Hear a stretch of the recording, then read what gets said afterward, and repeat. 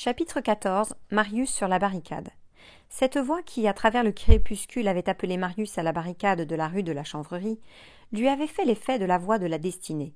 Il voulait mourir, l'occasion s'offrait. Marius écarta la grille qu'il avait tant de fois laissée passer, sortit du jardin et dit « Allons ». Fou de douleur, il se mit à marcher rapidement. Il se trouvait précisément qu'il était armé, ayant sur lui les pistolets de Javert. Le jeune homme qu'il avait cru apercevoir s'était perdu à ses yeux dans les rues. Marius, qui était sorti de la rue Plumet par le boulevard, traversa l'esplanade et le pont des Invalides, les Champs-Élysées, gagna la rue de Rivoli. Là, il continua d'avancer. Comme il abordait une rue qui lui faisait l'effet d'être la rue du contrat social, un coup de fusil siffla tout près de lui, et la balle perça au-dessus de sa tête un plat à barbe de cuivre suspendu à la boutique d'un coiffeur. Marius était arrivé aux Halles. Un peu au-delà de l'angle noir de la rue Mondétour et de la rue de la Chanvrerie, il aperçut quelques lueurs sur les pavés, un peu du cabaret et derrière un lampion clignotant dans une espèce de muraille informe, et des hommes accroupis, ayant des fusils sur leurs genoux. Tout cela était à 10 toises de lui. C'était l'intérieur de la barricade. Les maisons qui bordaient la ruelle à droite lui cachaient le reste du cabaret, la grande barricade et le drapeau. Alors, le malheureux jeune homme s'assit sur une borne, croisa les bras et songea à son père et à Cosette. Subitement, au milieu de ce calme lugubre, une voix claire, jeune et gaie, qui semblait venir de la rue Saint-Denis, s'éleva et se mit à chanter sur le vieil air populaire au clair de la lune. « Mon nez est en larmes, mon ami Bugeaud, prête-moi tes gendarmes pour leur dire un mot. En capote bleue, la poule au sacco, voici la banlieue, cococorico. » « C'est Gavroche, dit Enjolras. Il nous avertit, dit Combeferre. Une course précipitée troubla la rue déserte. On vit un être plus agile qu'un clown grimper par-dessus l'omnibus, et Gavroche bondit dans la barricade tout essoufflé en disant « Mon fusil, les voici !» Et il se saisit du fusil de Javert. Chacun prit son poste de combat. 43 insurgés, parmi lesquels Enjolras, Combeferre, Courfeyrac, Laigle, Joly et Gavroche, étaient agenouillés dans la barricade, les têtes à fleur de la crête du barrage, les canons des fusils et des carabines braqués sur les pavés comme à des meurtrières, attentifs, muets, prêts à faire feu. 6, commandés par Feuilly, s'étaient installés le fusil en joue aux fenêtres des 2 étages de Corinthe. Un éclair empourpra toutes les façades de la rue, comme si la porte d'une fournaise s'ouvrait et se fermait brusquement. Une effroyable détonation éclata sur la barricade. Des balles qui avaient ricoché sur les corniches des maisons pénétrèrent dans la barricade et blessèrent plusieurs hommes. L'attaque était rude et de nature à faire songer les plus hardis. Il était évident qu'on avait au moins affaire à un régiment tout entier. « Camarades !» cria Courfeyrac. « Ne perdons pas la poudre. Attendons pour riposter qu'ils soient engagés dans la rue. » On entendait au dehors le choc des baguettes dans les fusils. La troupe rechargeait les armes. Pendant ce temps-là, le petit Gavroche était resté en observation. Tout à coup, il cria « Méfiez-vous !» On apercevait une étincelante épaisseur de baïonnettes ondulant au-dessus de la barricade. Des gardes municipaux de haute taille pénétraient, les uns en enjambant l'omnibus, les autres par la coupure, poussant devant eux le gamin qui reculait, mais ne fuyait pas. Le plus grand de tous, une espèce de colosse, marchait sur Gavroche, la baïonnette en avant. Le gamin prit dans ses petits bras l'énorme fusil de Javert, coucha résolument en joue le géant et lâcha son coup. Rien ne partit. Javert n'avait pas chargé son fusil. Le garde municipal éclata de rire et leva la baïonnette sur l'enfant. Avant que la baïonnette eût touché Gavroche, le fusil s'échappait des mains du soldat. Une balle avait frappé le garde municipal au milieu du front et il tombait sur le dos. C'était Marius qui venait d'entrer dans la barricade. Chapitre 15. La mort d'Éponine. Marius n'avait plus d'armes. Il avait jeté ses pistolets déchargés, mais il avait aperçu le baril de poudre dans la salle basse près de la porte. Comme il se tournait à demi, regardant de ce côté, le soldat le coucha en joue. Au moment où le soldat ajustait Marius, une main se posa sur le bout du canon du fusil et le boucha. C'était quelqu'un qui s'était élancé, le jeune ouvrier au pantalon de velours. Le coup partit, traversant la main, et peut-être aussi l'ouvrier, car il tomba, mais la balle n'atteignit pas Marius. Tout cela dans la fumée, plutôt entrevu que vu. Les insurgés, surpris mais non effrayés, s'étaient ralliés. Enjolras avait crié « Attendez, ne tirez pas au hasard !» La plupart étaient montés à la fenêtre du premier étage et aux mansardes, d'où il dominait les assaillants. Tout à coup, on entendit une voix tonnante qui criait « Allez-vous-en, ou je fais sauter la barricade !» Tous se retournèrent du côté d'où venait la voix.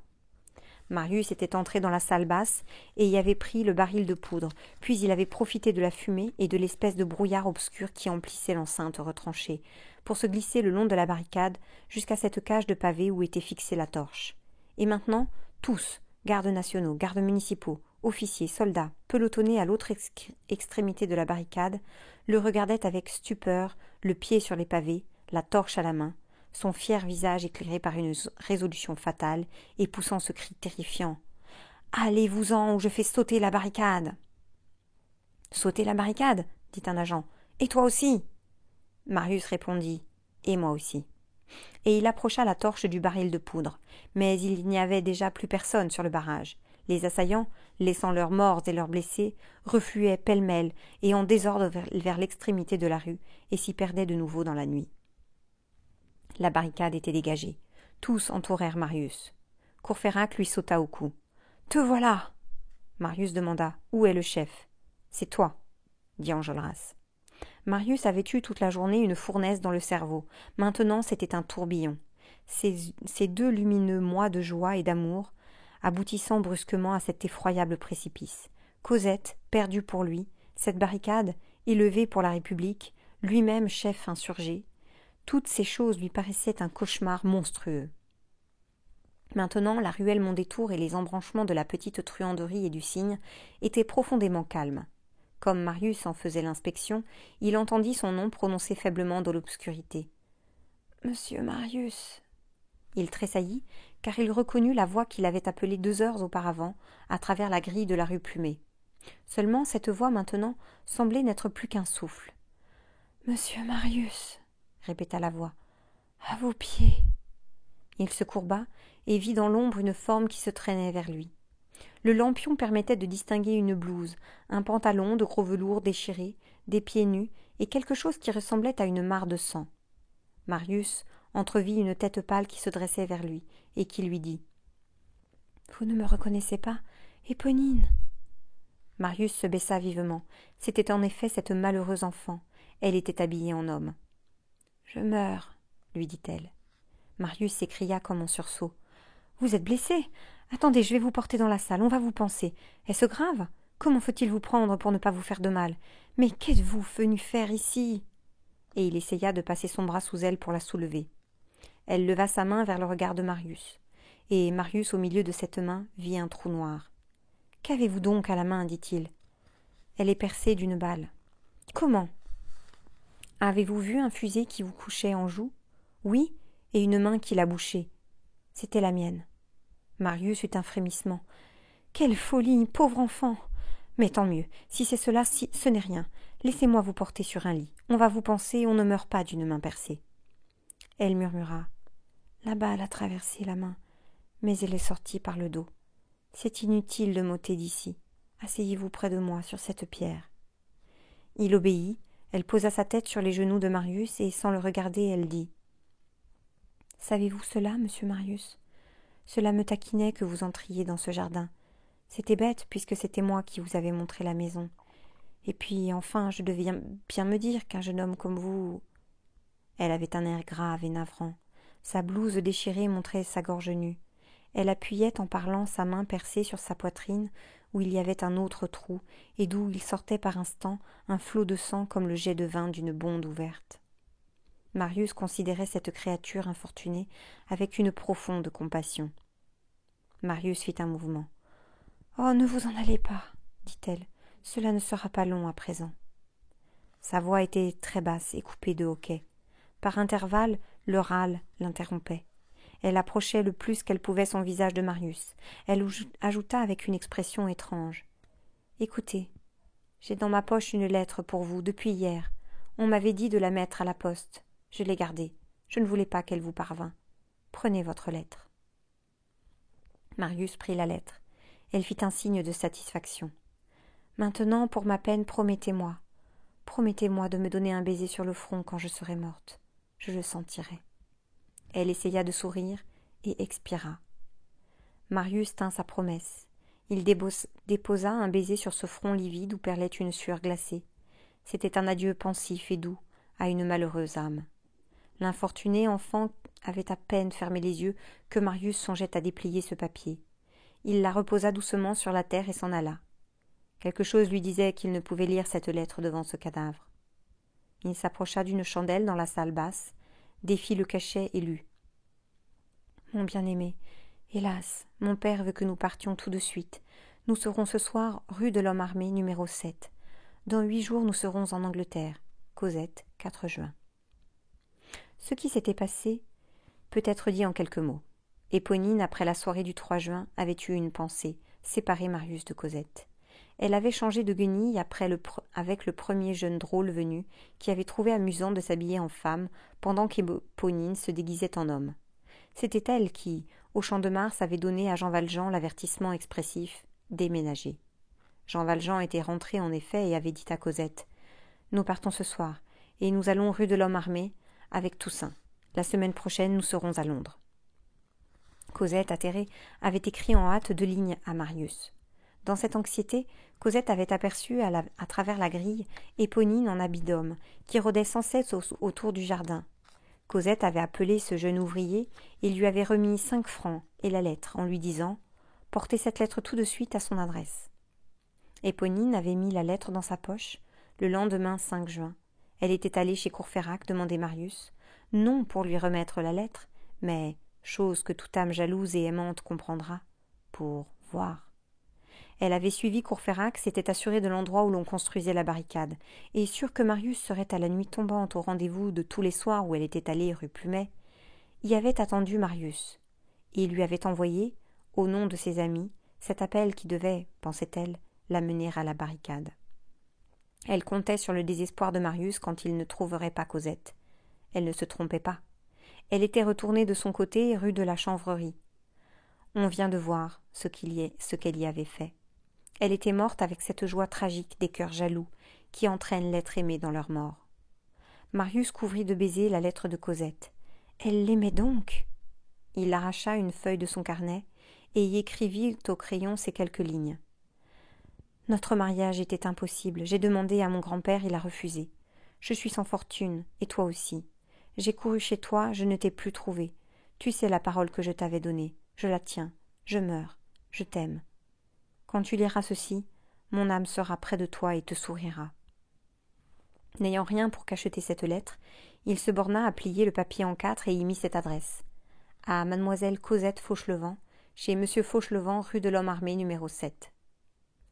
La lettre pliée, il demeura un moment pensif, puis reprit son carnet, l'ouvrit et écrivit sur la première page ces 4 lignes.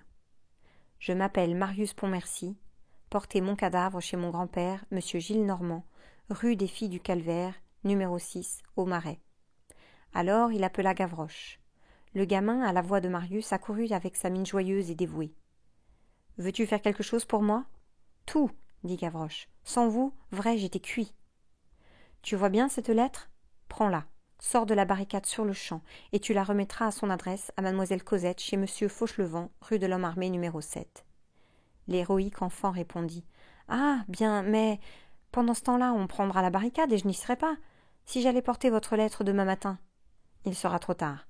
La barricade sera probablement bloquée, toutes les rues seront gardées et tu ne pourras sortir. Va tout de suite. » Gavroche, avec un de ces mouvements d'oiseau qu'il avait, prit la lettre et partit en courant par la ruelle Mondétour. Chapitre 16. Gavroche messager. La veille de ce même jour, 5 juin, Jean Valjean, accompagné de Cosette et de Toussaint, s'était installé rue de l'Homme Armé. Une péripétie l'y attendait. Tous deux étaient arrivés rue de l'Homme Armé sans desserrer les dents, absorbés chacun dans leurs préoccupations personnelles. Jean Valjean, si inquiet qu'il ne voyait pas la tristesse de Cosette, Cosette si triste qu'elle ne voyait pas l'inquiétude de Jean Valjean. Le lendemain, Cosette, prétextant une migraine persistante, avait dit bonsoir à Jean Valjean et s'était enfermée dans sa chambre à coucher. Jean Valjean avait mangé une aile de poulet avec appétit. Pendant qu'il faisait ce sobre dîner, il avait aperçu confusément le bégaiement de Toussaint qui lui disait « Monsieur, on se bat dans Paris, mais absorbé dans une foule de combinaisons intérieures, il n'y avait point pris garde. » Il se leva et se mit à marcher de la fenêtre à la porte et de la porte à la fenêtre. Tout en marchant de long en large, à pas lents, il aperçut en face de lui, dans le miroir incliné qui surmontait le buffet, les 4 lignes que voici. « Mon bien-aimé, hélas, mon père veut que nous partions tout de suite. Nous serons ce soir rue de l'Homme Armé, numéro 7. Dans 8 jours, nous serons à Londres. Cosette, 4 juin. » Jean Valjean s'arrêta hagard.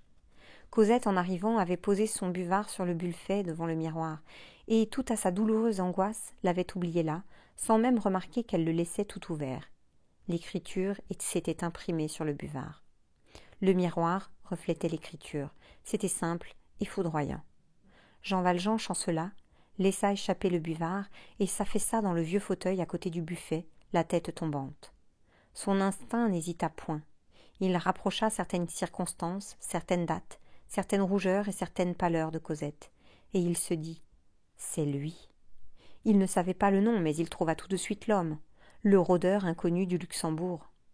Tandis qu'il songeait, Toussaint entra. Jean Valjean se leva et lui demanda « Ne m'avez-vous pas dit tout à l'heure qu'on se bat ?»« Ah oui, monsieur, répondit Toussaint, c'est du côté de Saint-Méry. » 5 minutes après, Jean Valjean se trouva dans la rue. Il était nu-tête, assis sur la borne de la porte de sa maison. Il semblait écouter. La nuit était venue. Tout à coup, il leva les yeux. On marchait dans la rue. Il entendait des pas près de lui. Il regarda, et à la lueur du réverbère, il aperçut une figure livide, jeune et radieuse. Gavroche venait d'arriver rue de l'Homme Armé. Jean Valjean se sentit irrésistiblement poussé à adresser la parole à cet enfant. « Petit, dit-il, qu'est-ce que tu as ?»« J'ai faim, » répondit Gavroche nettement. Et il ajouta « Petit vous-même !» Jean Valjean fouilla dans son gousset et en tira une pièce de 5 francs. Gavroche mit la pièce de 5 francs dans une de ses poches. « Êtes-vous de la rue ? Pourriez-vous m'indiquer le numéro 7 ?» Une idée traversa l'esprit de Jean Valjean. L'angoisse a de ces lucidités-là. Il dit à l'enfant « Est-ce que c'est toi qui m'apportes la lettre que j'attends ?»« Vous ?» dit Gavroche. « Vous n'êtes pas une femme. »« La lettre est pour mademoiselle Cosette, n'est-ce pas ?»« Cosette ?» grommela Gavroche. « Oui, je crois que c'est ce drôle de nom-là. »« Eh bien, reprit Jean Valjean, c'est moi qui dois lui remettre la lettre. Donne. »« En ce cas, vous devez savoir que je suis envoyé de la barricade. »« Sans doute, dit Jean Valjean. » Gavroche engloutit son poing dans une autre de ses poches et en tira un papier plié en 4. Puis il fit le salut militaire. « Respect à la dépêche, dit-il. Elle vient du gouvernement provisoire. »« Donne, dit Jean Valjean. » Il remit le papier à Jean Valjean qui reprit. « Est-ce à Saint-Méry qu'il faudra porter la réponse ?»« Vous feriez là, s'écria Gavroche, une de ces pâtisseries vulgairement nommées brioches. Cette lettre vient de la barricade de la rue de la Chanvrerie, et j'y retourne. Bonsoir, citoyen. » Jean Valjean rentra avec la lettre de Marius. Il monta l'escalier à tâtons. Sa chandelle allumée, il s'accouda sur la table, déplia le papier et lut. Sa main tremblait. Il y avait du vol dans ce qu'il venait de faire. Dans le billet de Marius à Cosette, Jean Valjean ne vit que ces mots. « Je meurs. Quand tu liras ceci, mon âme sera près de toi. » Puis il descendit et réveilla le portier. Environ 1 heure après, Jean Valjean sortait en habit complet de garde nationale et en armes. Le portier lui avait aisément trouvé dans le voisinage de quoi compléter son équipement. Il avait un fusil chargé et une giberne pleine de cartouches. Il se dirigea du côté des Halles.